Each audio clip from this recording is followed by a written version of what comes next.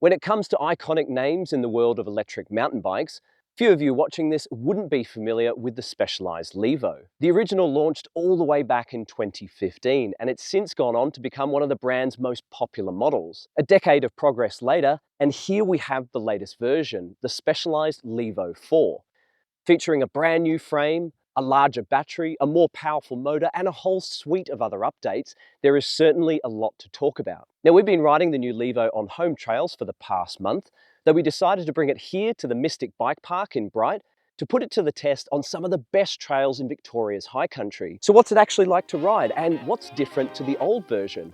Well, join us over the next couple of days as we review the new Specialized Levo 4.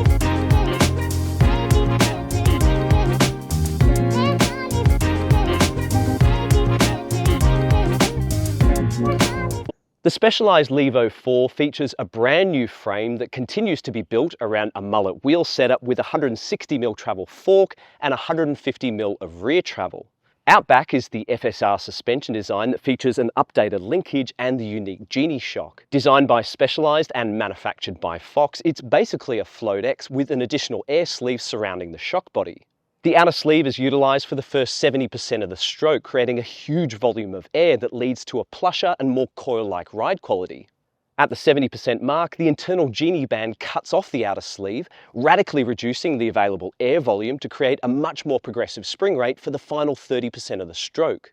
Specialized calls this patented dual-stage air spring pneumatic spring assist, and as we experienced on the Stumpjumper 15, it's a big contributor to the ride quality of the Levo 4. Also new is the Specialized 3.1 motor. Featuring an entirely new construction inside and out, it's said to be quieter and smoother, whilst also being considerably smaller than the old motor. It's also more powerful, offering 101 Newton meters of torque and 666 watts of peak power. Now, in a curious plot twist, the S-Works model that we have here elevates those numbers to 111 Newton meters and up to 720 watts of peak power. This is achieved purely by firmware. The physical drive unit is otherwise identical throughout the Levo range. To go with its more powerful motor, the new Levo gets a bigger 840 watt-hour battery. It is shorter in length, and it now loads into the frame via the side of the down tube. This makes for easy removal and installation with just a 5mm hex key required to take the cover off. Specialized amusingly calls the down tube void the wattage cottage, and it includes a designated SWAT storage up at the head tube. A neat pouch is included with the bike to carry a spare tube and tools, and it's held in place via magnets to minimize noise and vibration. There's also a new 280 watt-hour range extender, which takes the total battery capacity to 1120 watt-hours, which is huge. The range extender will sell for 950 Australian dollars, and it weighs 1.65 kilos. Of note is the fact that you can run the Levo on the range extender battery alone. The system will automatically limit the motor's power output to 50%, but it does drop nearly 3 kilos of weight off the bike, which has a noticeable impact on the handling. Up at the cockpit is the new Mastermind control unit. This features a larger, higher resolution screen that can display an enormous range of metrics that are all customizable through the app.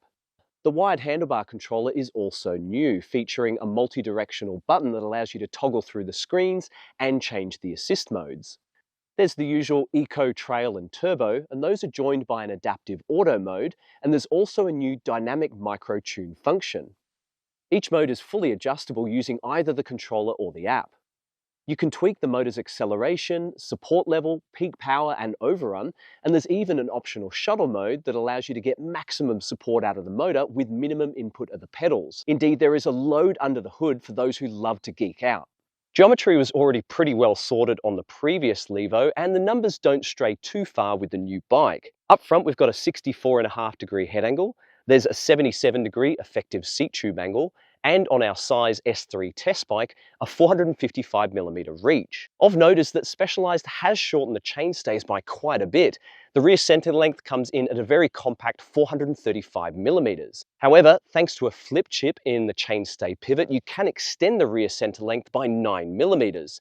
There's also a high-low flip chip in the lower shock mount and an adjustable headset that allows you to slacken or steepen the head angle by a full degree. Furthermore, the Levo 4 frame is officially rated for use with up to 180mm travel fork, and all up, there is a ton of adjustability with this new bike. At the time of launch, there will be 4 models in the Specialized Levo 4 lineup, and prices are going to start at 12,900 Australian dollars for the Comp Carbon. There are currently no alloy models, but we expect those will be coming at some point in the future.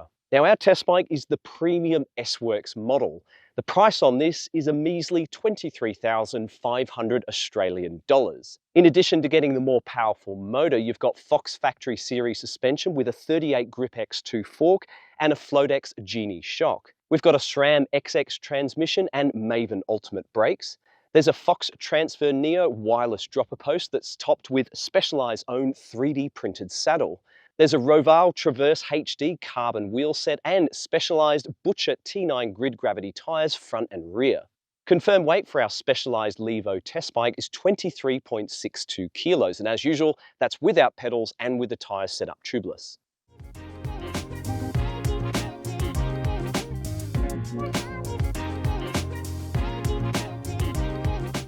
Alright, so we're back home after an awesome few days of riding over at Mystic Bike Park in Bright. We had the chance to ride some of the newer trails like Flamingo, Old English and Hokey Pokey, which proved to be a great test for the new Levo. We've come back with plenty of insights, so let's first dive into what we like about this bike. Perhaps the biggest standout on the new Levo is its wickedly plush suspension. Now that's hardly a surprise given it shares similar kinematics to the latest Stumpjumper. However, the added weight does improve the sprung to unsprung mass ratio, which seems to really highlight just how good the Genie shock is. It is really sensitive, providing loads of grip and comfort when hoofing it over loose and rocky sections of trail. There is still heaps of bottom-out support on bigger hits, with the 2-stage air spring ramping up significantly in the final 30% of the stroke. It's also nicely balanced with the Fox 38 up front, which Specialized has spec'd with a lighter damper tune and just 2 volume spacers to give it a more lively feel. Combined with the hugely powerful brakes and the aggressive soft compound tyres, the Levo is a very confidence-inspiring bike to ride on the descents. Now, while the Levo did feel pretty good out of the box, I did find it to be a little too agile with its short chainstays. I ended up switching to the long position, which extends the rear center length to 444mm. This immediately improved the overall weight distribution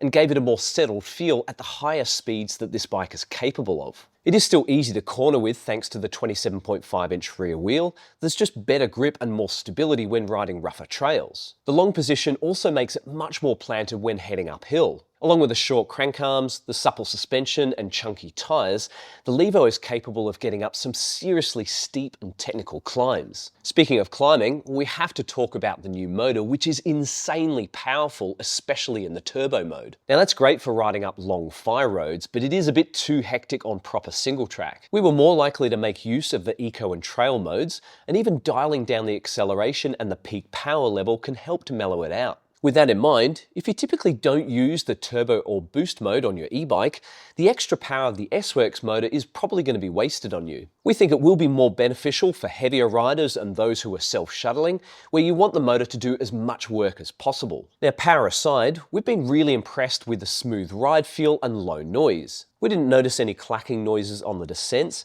and the way that it whirs up to speed makes this one of the quietest full-powered motors that we've ever ridden. Indeed, once we got the settings dialed in, we didn't really find ourselves thinking that much about it, which is a good thing. As for downsides, well, of course, the price on our S-Works test bike is ludicrous. The fact that it does get more power and torque than the rest of the range does add some exclusivity, though we reckon Specialized is going to cop some heat for that decision. Perhaps at some point in the future, there'll be a firmware update to unlock the extra power, but even if there is, we don't think it'll be necessary for a lot of riders. Otherwise, we expect a lot of people are going to be happy with the package that Specialized has put together in the new Levo. It's got an awesome motor, a huge battery, and a proper spec that's built for maximum descending capability. One thing it isn't, however, is lightweight. Now, while it is well balanced, there's no denying that the extra 5 kilos of weight over the Levo SL is noticeable on the trail, especially when things get tight and twisty. Of course, they are in different categories, but when it comes to outright performance and handling, the Levo SL remains as one of the best bikes we have ever ridden. On the topic of weight, we'd love to see Specialized offering the lighter 600 watt-hour battery as an option at the point of purchase. Not everyone is going to need the bigger battery,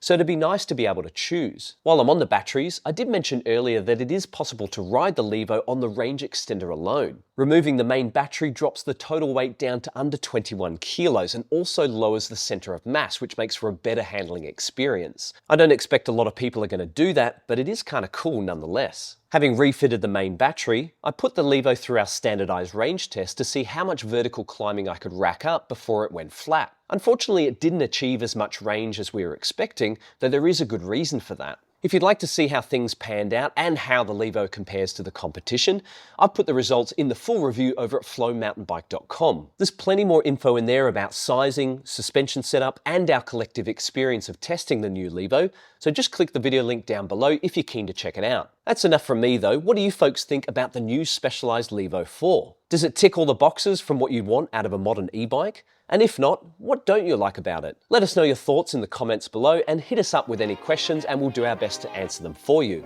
Otherwise, I hope you've enjoyed this video review and we'll see you in the next one. Tooroo!